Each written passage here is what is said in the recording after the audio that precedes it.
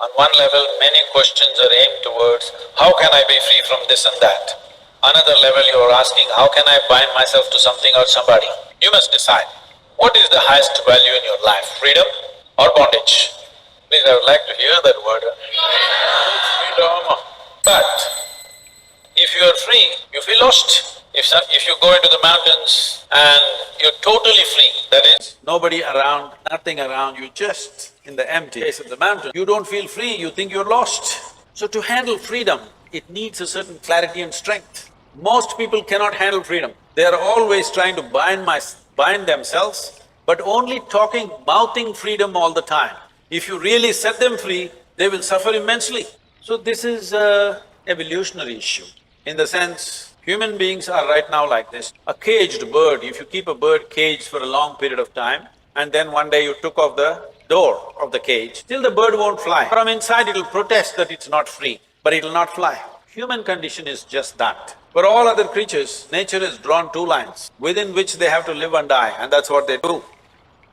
But only for human beings, there's only bottom line, there's no top line, and that's what they're suffering. If their life was also fixed, like every other creature's life, they wouldn't be stressed, they wouldn't be anxious, they wouldn't be struggling how to handle their own intelligence. And that is what you're seeking unknowingly. You may seek it in the form of relationships, you may seek it in the form of profession, you may seek it in the form of nationality, ethnicity, community, God, heaven, hell. All you're trying to do is draw an artificial line which does not exist, because freedom needs courage, freedom needs a certain madness. If you're very sane, you cannot be free because you will go between the two lines of logic. To be free, it takes a lot of strength. That if you… First of all, what needs to happen if you want to be free is, do you understand that all human experience has a chemical basis to it? Hello? What you call as joy is one kind of chemistry, misery is another kind of chemistry, stress is one kind of chemistry, anxiety another kind of chemistry, agony one kind of chemistry, ecstasy another kind of chemistry. At least ecstasy, you know it's another kind of chemistry, I hear. So, your experience of life has a chemical basis to it. This is a most superficial way of looking at it. There are other dimensions to it, but for your understanding. Or in other words, what you call as myself right now, you're a chemical soup. The question is only, are you a great soup or a lousy soup? Yes or no? Right now, if you have a chemistry of blissfulness, if you close your eyes, it's fantastic, if you open your eyes, it's fantastic, if somebody is here, it's fantastic, nobody is here, it's very fantastic. Yes or no? But you have a lousy chemistry. If you look at them, if they smile at you, it's nice, not fantastic. If they look at you like this, suddenly it's a problem.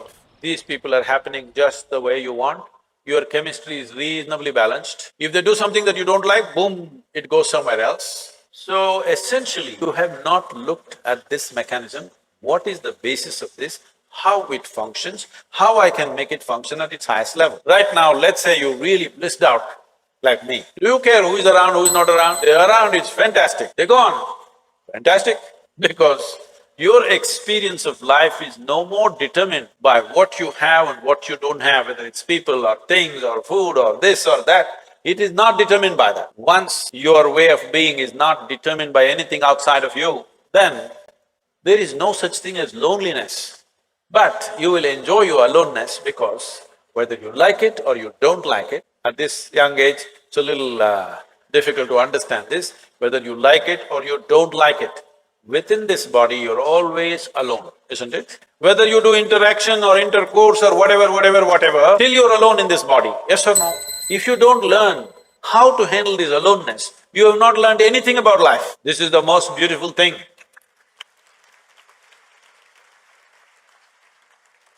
The most beautiful thing about life is, nobody can get here, it's just my space, yes or no? Isn't this the most beautiful thing? Nobody can invade me. They can capture me, they can torture me, they can do so many things, but they cannot invade me because I have a space which is just my own. Isn't this the most wonderful aspect of your life? Don't suffer that. That is the most beautiful thing. Oh, but you want to pine little romantically and enjoy that, what are the songs, popular songs? Pining for somebody. Without you, I cannot exist. Most of the songs are that way now. Sing one song, huh? Older ones, older I'm ones. horrible at singing. Huh? I'm horrible at singing. Just tell me the words, I will I sing. think Say it on the microphone. हम तेरे बिना रह नहीं सकते, तेरे बिना क्या वजूद मेरा। You're saying it to me? Okay, I got it. Sriram is saying. Sriram, that song, what is saying? हम तेरे बिन अब रह नहीं सकते, तेरे बिना क्या वजूद मेरा। See, all the boys must learn songs like this, otherwise you can't floor the girls. But the girls should understand the guy has a need and he's doing this, it's not really true, but let's enjoy the game right now. Because what we do is just it's a certain game, life is, because it comes to an end. But the important thing is, how are you within yourself? If you are here in such a way that you are only driven by your needs, you will live a very meager life. But if you can sit here without any need, but you will do whatever is needed, then you will live a magnificent life. It's my wish and my blessing. Every one of you must have a fantastic life. Make it happen for yourself.